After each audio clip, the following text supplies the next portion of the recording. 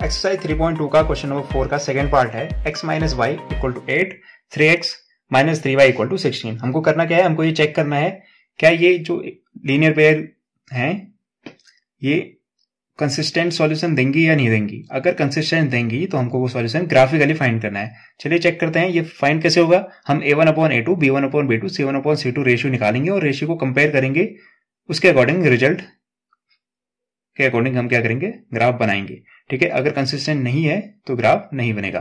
तो पहला पार्ट है हमारा, इसको स्टैंडर्ड फॉर्म में लिखेंगे तो ये कुछ ऐसे बनेगा x माइनस वाई, ये 8 इधर आके बन जाएगा -8 इक्वल टू 0। ऐसे दूसरी इक्वेशन 3x माइनस 3y 16 इधर आके बन जाएगा -16 इक्वल टू 0। तो हम कंपेयर कर लेते हैं, a1 की वैल्यू हमारी कितनी आई, x का कोफिशिएंट कहलाता है a1 तो वह कुछ नहीं दिख रहा है, इसका मतलब कोफिशिएंट 1 है। a2 दूसरी इक्वेशन में x का कोफिशिएंट 3, ऐसे b1 आपको मिल जाएगा -1, b2 आपका कितना है -3, c1 -8, c2 आपका -16। अब इनके रेशियो को कंपेयर कर लेते हैं। a1/a2 कितना मिला मुझे 1/3, b1/b2 मुझे मिला -1/-3। सॉल्व करने पे ये बन जाएगा माइनस से माइनस कट के 1/3। ऐसे ही c1/c2 है -8/-16। इसको अगर सॉल्व करेंगे माइनस से माइनस कैंसिल आउट, 8 1 जा 8, 8 2 जा 16। अब देख लेते हैं रिजल्ट क्या मिला। मुझे रिजल्ट मिला a1/a2 इक्वल दिख रहा है b1/b2 के, लेकिन c1/c2 के इक्वल नहीं है। क्लियरली 1/3 इज इक्वल टू 1/3, ये क्या है a1/a2 equal to b1/b2 does not equal to c1/c2।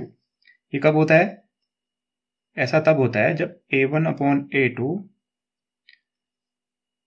b1/b2 के इक्वल हो, c1/c2 के इक्वल ना हो।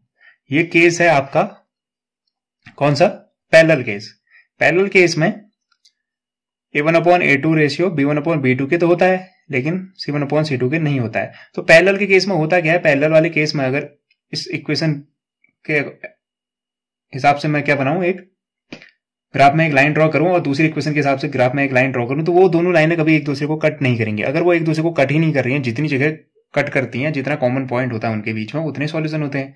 इंटरसेक्टिंग के केस में एक कॉमन पॉइंट होता है तो यूनिक सॉल्यूशन होता है। कोइंसाइड के केस में मैनी सॉल्यूशन होते हैं क्योंकि वो कोइंसाइड कर रही है।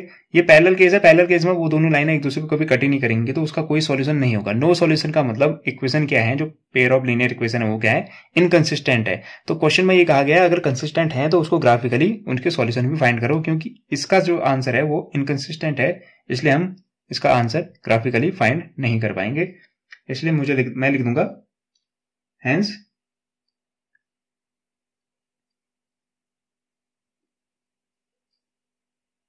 pair of linear equation are inconsistent।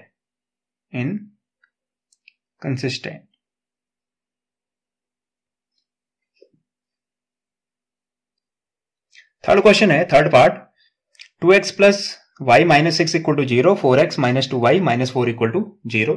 तो पहले कंपेयर करके a1/a2 b1/b2 c1/c2 रेशियो को कंपेयर करके चेक कर लेते हैं क्या ये लीनियर पेयर जो हैं वो एक्चुअल में कंसिस्टेंट है या नहीं है। कंसिस्टेंट होंगी तो हम इसका ग्राफिकली सॉल्यूशन फाइंड करेंगे। तो यहां पे ऑलरेडी स्टैंडर्ड फॉर्म में है। पहली वाली इक्वेशन से a1 की वैल्यू मिली कितनी 2, a2 की वैल्यू मिलेगी 4, b1 की वैल्यू कितनी दिख रही है, y का कोई कोफिशिएंट नहीं है, इसका मतलब 1, b2 दूसरे वाले केस में -2, c1 हो जाएगा हमारा -6 एंड c2 हो जाएगा हमारा -4। कंपेयर करने पे a1/a2 रेशियो कितना आएगा 2/4, जिसको सिंप्लीफाई करके क्या लिखा जा सकता है 1/2। सिंप्लीफाई होके बनेगा ये 1/2। अगेन b1/b2 क्या दिख रहा है मुझे, इक्वल टू -1/2।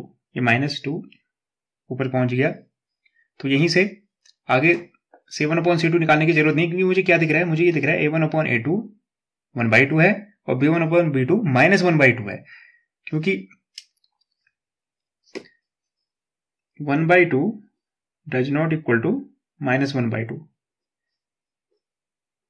इसका मतलब क्या है, A1/A2 रेशियो इक्वल नहीं है किसके, B1/B2 के। ये जो केस है, ये कौन सा केस है, ये केस है इंटरसेक्टिंग का केस। हालांकि इसमें आगे एक कंडीशन और होती है, does not equal to C1/C2। उसको निकालने की जरूरत इसलिए नहीं है क्योंकि A1/A2 B1/B2 के इक्वल दो और केसेस में होता है। किसमें, एक कोइंसाइड के केस में और एक तीसरा पैरेलल के केस में। उन दोनों में इक्वल होता है, इसमें इक्वल नहीं है। तो आगे वाली कंडीशन ढूंढने की जरूरत नहीं है, क्योंकि इसी से ये डिटरमाइन हो जाता है ये दोनों क्या है, इंटरसेक्ट करेंगे एक दूसरे को। अगर ये दोनों इंटरसेक्ट कर रही हैं, इसका मतलब इनके बीच में एक कॉमन पॉइंट है, एक कॉमन पॉइंट है, तो इसका मतलब एक यूनिक सॉल्यूशन है। अगर सॉल्यूशन एग्जिस्ट करता है, इसका मतलब इक्वेशन क्या कहलाती है, कंसिस्टेंट इक्वेशन कहलाती हैं। तो अगर ये इक्वेशन कंसिस्टेंट है तो मुझे इसका सॉल्यूशन ग्राफिकली फाइंड भी करना पड़ेगा। ये इक्वेशन क्या है, कंसिस्टेंट है, क्योंकि ये क्या है, एक इंटरसेक्टिंग लाइंस हैं।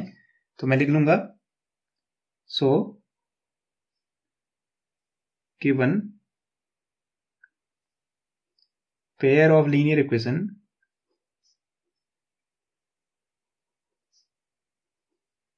are consistent।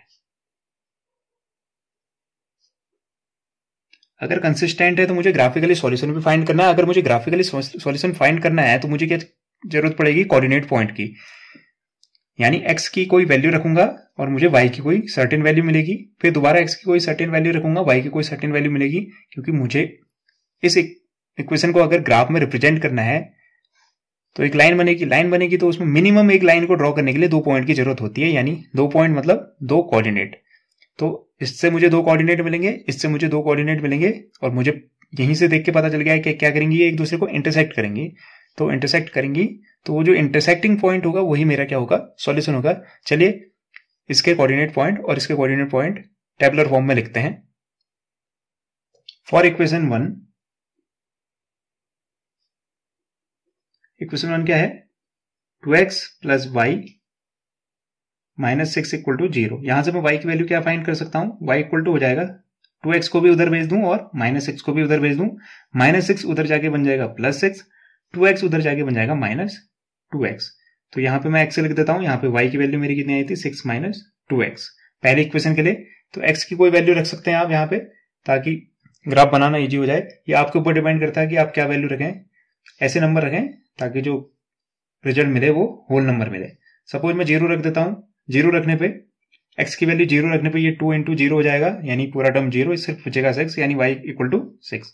ऐसे दूसरा पॉइंट हो सकता है 3 रखूंगा तो 3 × 2 = 6, 6 - 6 रिजल्ट बन गया 0। ऐसे दूसरी इक्वेशन के लिए for 4x - 2y - 4 equal to 0। यहां से 2y इक्वल टू क्या होगा, या फिर इसको ऐसे समझिए, दोनों टर्म को उधर भेजने से बेहतर है मैं क्या करूं, ये -2y है, इसको उधर भेज दूंगा तो ये क्या बन जाएगा, उधर जाके +2y, और इधर क्या बचेगा एज इट इज 4x इधर बचा, -4 भी इधर ही है। मैंने क्या किया, -2y को उधर भेज दिया तो वो +2y बन गया। अब 2 और y के बीच में मल्टीप्लाई का साइन है, तो 2 अगर मैं इधर भेजूंगा तो वो क्या हो जाएगा, अपॉन। तो ये हो जाएगा 4x - 4/2 इक्वल टू y। ठीक है, इसको अगर फर्दर सॉल्व करेंगे, ये 2 से यहां मैं क्या कर सकता हूं, 2 कॉमन ले सकता हूं, तो इसको सीधा भी कर देता हूं एक ही साथ और इसको सॉल्व भी कर देता हूं। तो y इक्वल टू आ जाएगा, 2 कॉमन लिया तो ये बन जाएगा 2x, ये बन जाएगा -2। हुआ क्या, जो कॉमन लिया हुआ था 2, उस 2 से ये 2 कैंसिल आउट हो गया, तो सिर्फ बचेगा y इक्वल टू 2x - 2। तो यहां पे लिख देता हूं x, और y की वैल्यू आई मेरी 2x - 2। कैसे हुआ, 2 कॉमन लिया मैंने, 2 कॉमन लूंगा तो ये बनेगा 2x और -2, दोनों में से 2 कॉमन लिया, वो 2 नीचे वाले 2 से कैंसिल आउट हो गया, सिर्फ बचा 2x - 2। तो यहाँ पे x की कोई वैल्यू रख सकते हैं। अगेन अगर मैं 0 रख दूं तो ये पूरा टर्म 0 बन जाएगा और y की वैल्यू आएगी -2। ये पूरा टर्म 0 हो गया, वैल्यू आई -2। ऐसे अगर मैं 1 रख दूं तो 2 हो जाएगा, 2 - 2 रिजल्ट बन जाएगा 0। तो मेरे पास पहले इक्वेशन के लिए जो कोऑर्डिनेट आए 0, 6, और उसका दूसरा कोऑर्डिनेट आया 3,0। ऐसे दूसरी इक्वेशन के लिए पहला कोऑर्डिनेट है 0,-2 और दूसरा कोऑर्डिनेट है 1,0। अब इसके हेल्प से हम ग्राफ में सॉल्यूशन फाइंड करते हैं। तो इसे ग्राफ में कैसे रिप्रेजेंट करेंगे, एक एक्स एक्सिस ड्रॉ कर लेंगे, एक वाई एक्सिस ड्रॉ कर लेंगे। हमारे पास पहली इक्वेशन थी 2x plus y minus x equal to 0, जिसके कोऑर्डिनेट आए थे 0,6। 0,6 मतलब x की वैल्यू 0, x की वैल्यू 0 कहां होती है, y एक्सिस पे, और y की वैल्यू है क्या है 6। तो पहला पॉइंट मिला मुझे 6 जो है 0,6 ए पॉइंट। फिर है x की वैल्यू 3, x की वैल्यू 3 लेकिन y की वैल्यू क्या है 0, तो y 0 होता है x एक्सिस पे, तो ये पॉइंट हो गया b 3,0। Again 4x minus 2y minus 4 जो सेकंड इक्वेशन थी उसका जो पहला कोऑर्डिनेट था 0,-2, तो 0,-2 कैसे ढूंढेंगे, x की वैल्यू 0 कहां होती है y एक्सिस पे, और y की वैल्यू क्या है -2, तो नेगेटिव पार्ट में जाएंगे, तो ये रहा c 0,-2। ऐसे जो d पॉइंट है 1,0, 1,0 कहां मिलेगा, x की वैल्यू 1 और y एक्सिस क्या है 0, y की वैल्यू 0 है तो वो x एक्सिस पे मिलेगी 0, तो ये रहा। तो अब इन दोनों पॉइंट को मिला के हम सॉल्यूशन फाइंड कर लेते हैं। तो पहला पॉइंट ए है, दूसरा पॉइंट है बी,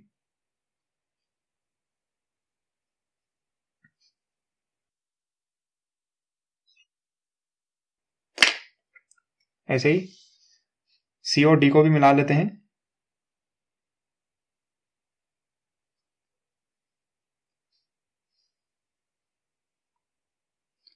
तो ये सही तरीके से मिलना चाहिए।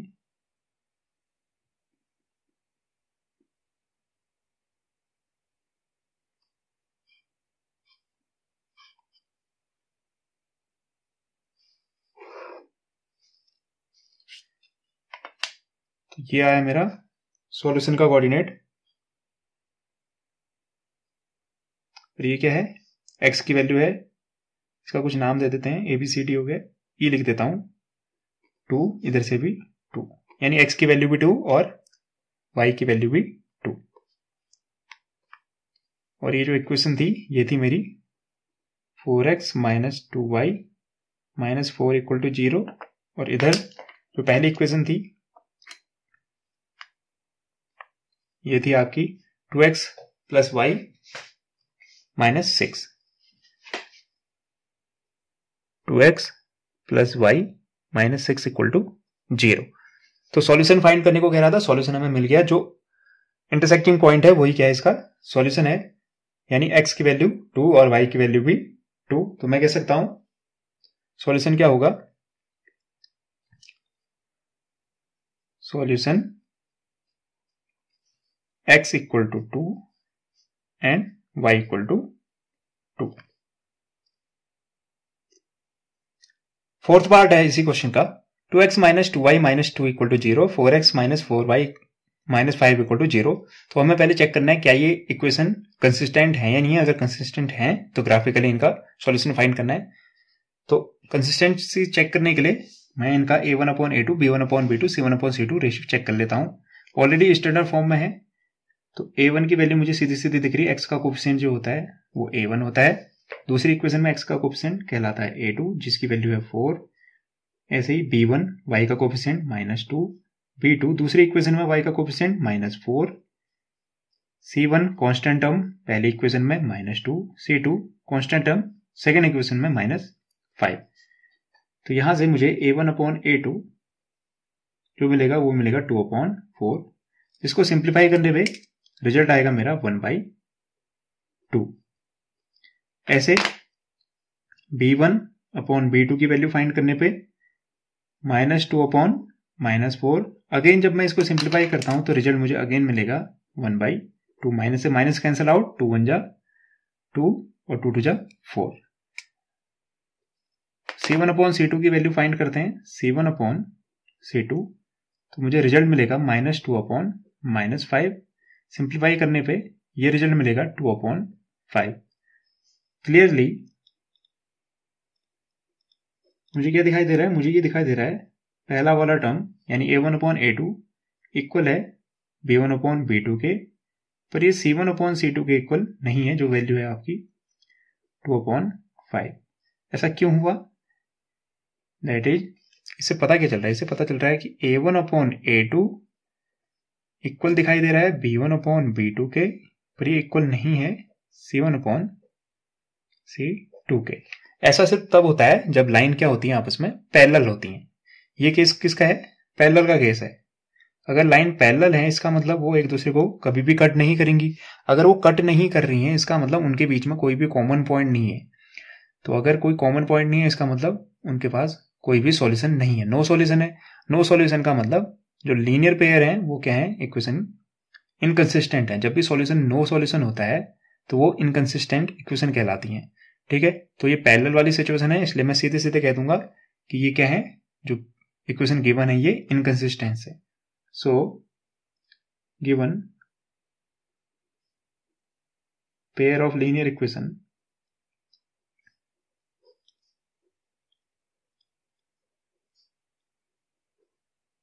Are inconsistent.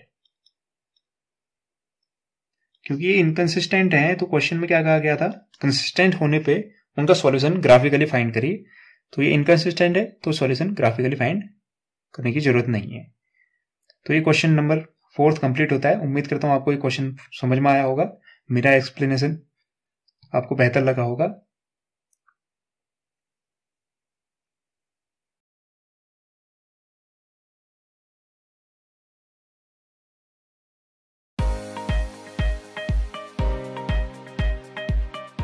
उम्मीद करता हूं आपको ये एक्सप्लेनेशन पसंद आया होगा और समझ भी आया होगा।